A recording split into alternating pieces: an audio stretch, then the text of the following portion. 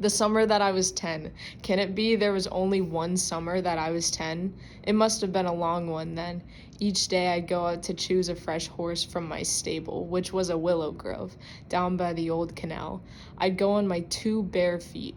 But when, with my brother's jackknife, I had cut me a long limber horse with a good thick knob for a head, and peeled him slick and clean, except a few leaves for the tail, and cinched my brother's belt around his head for a rein, I'd straddle and canter him fast, up the grass bank to the path, trot along in the lovely dust that talcumed over his hoofs, hiding my toes, and turning his feet to swift half-moons.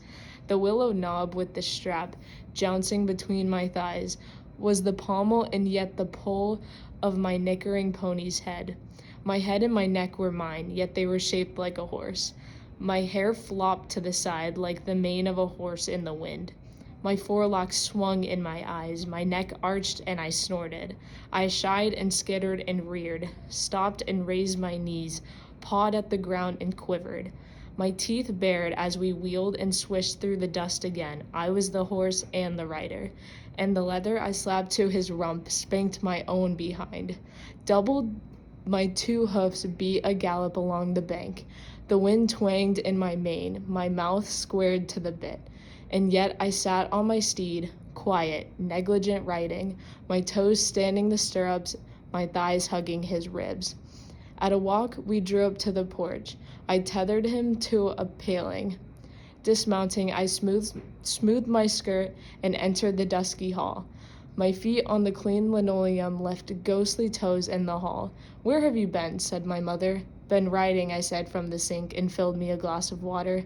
"What's that in your pocket?" she said. "Just my knife." It weighed my pocket and stretched my dress awry. "Go tie back your hair," said my mother. "And why is your mouth all green?" "Rob Roy, he pulled some clover as we crossed the field," I told her. I analyzed the poem The Centaur by May Swenson using the CRT approach. The first step in the analysis is determining what the poem says, or the content of the poem. The speaker is a young May Swenson, as a 10-year-old enjoying her imagination in the summer. The speaker is recounting a time in her life, so there is no specified audience. The speaker remembers the summer when she was 10. She imagined she had a real horse to ride and pretended to become the horse. The story develops as the speaker imagines a horse of her own and later becoming the horse. Her progressive imagination brings the poem along. The story reflects the innocent imagination of young kids back to the time when we spent time outside with ourselves in our imagination.